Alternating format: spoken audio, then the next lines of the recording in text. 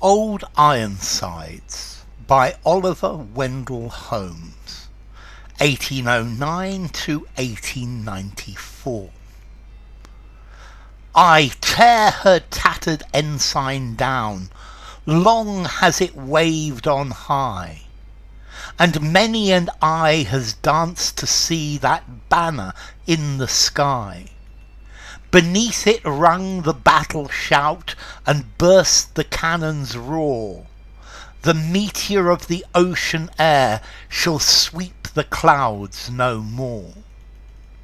Her deck once red with heroes' blood, where knelt the vanquished foe, when winds were hurrying o'er the flood, and waves were white below. No more shall feel the victor's tread, or know the conquered knee. The harpies of the shore shall pluck the eagle of the sea. Oh, better that her shattered hulk should sink beneath the wave. Her thunders shook the mighty deep, and there should be her grave. Nail to the mast her holy flag, set every threadbare sail, and give her to the god of storms, the lightning and the gale. Okay, this is a poem by Oliver Wendell Holmes. Let's see, he was an American. He was born in Cambridge, Massachusetts, on the edge of the campus of Harvard University. His father was a church minister, and later he went to Harvard University. He himself was a doctor and a poet. So I think he was both. So what's this about? Well, this poem is about Old Ironsides. Now, Old Ironsides is a ship, is the USS Constitution. This was an 18th century ship that was going to be decommissioned. They were going to stop using it. They were going to break it up and use it for scrap and things like that. And during the War of 1812, the USS Constitution had got the nickname Old Ironsides after fighting with a British boat, HMS Guerriere. Now, this I think is 1830, and this poem was actually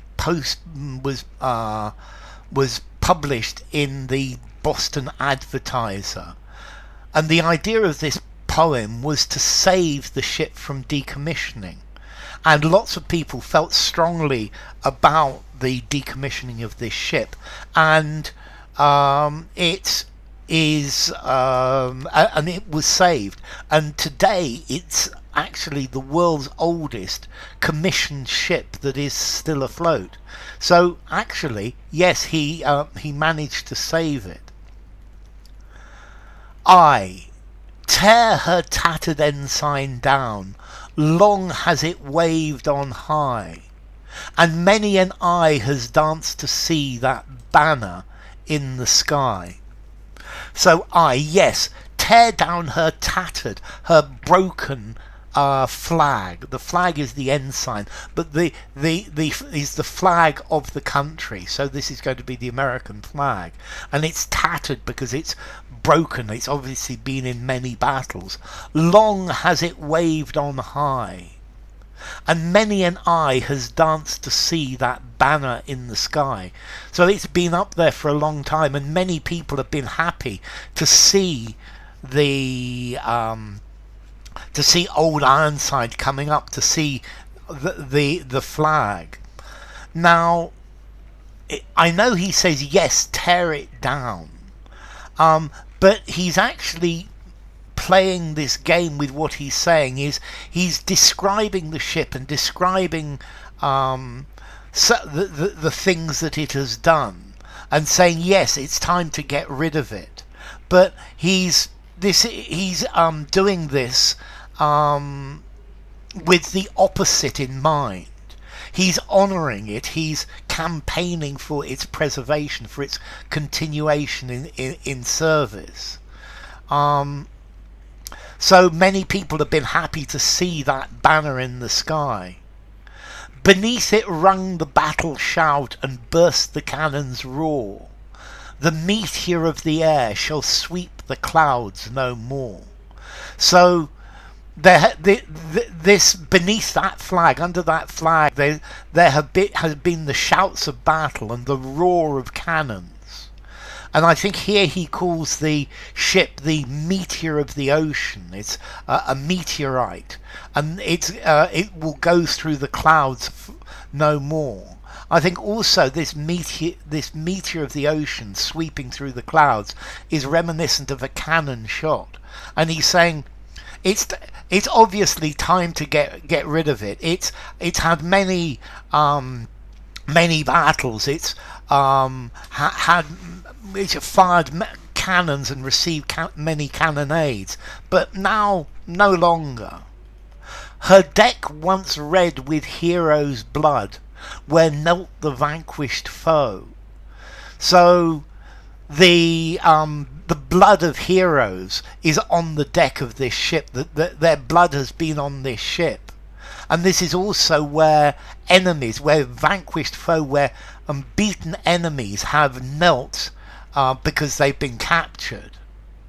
When winds were hurrying o'er the flood and waves were white below. So this ship has moved rapidly in the winds, where this ship has been in storms where the waves were white. No more shall feel the victor's tread or know the conquered knee. So this ship will no longer feel heroes, winners walking on it. No longer will it have prisoners upon it. The harpies of the shore shall pluck the eagle of the sea. So I quite like this with the harpies. Let's see, a harpy is a mythical creature. Generally it's a bird of prey like an eagle, but with the head of a woman, and this personifies the destructive power of the winds and of the storms and of the sea. And I think the harpies of the shore, this is talking about the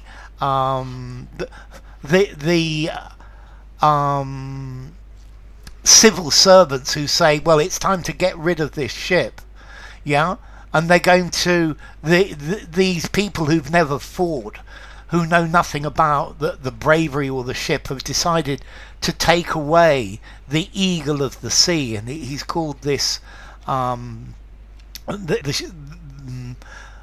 ship the eagle of the sea.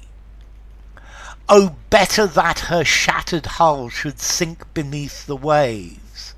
So it would be better that the ship sunk at sea and disappeared. Her thunders shook the mighty deep, and there should be her grave. So the cannons, the cannonades, her thunders shook the mighty deep, made the ocean shake, and there should be her grave. So the grave of the ship should be in the sea, not decommissioned, not picked to pieces, not used for scrap. Nail to the mast her holy flag, set every threadbare sail.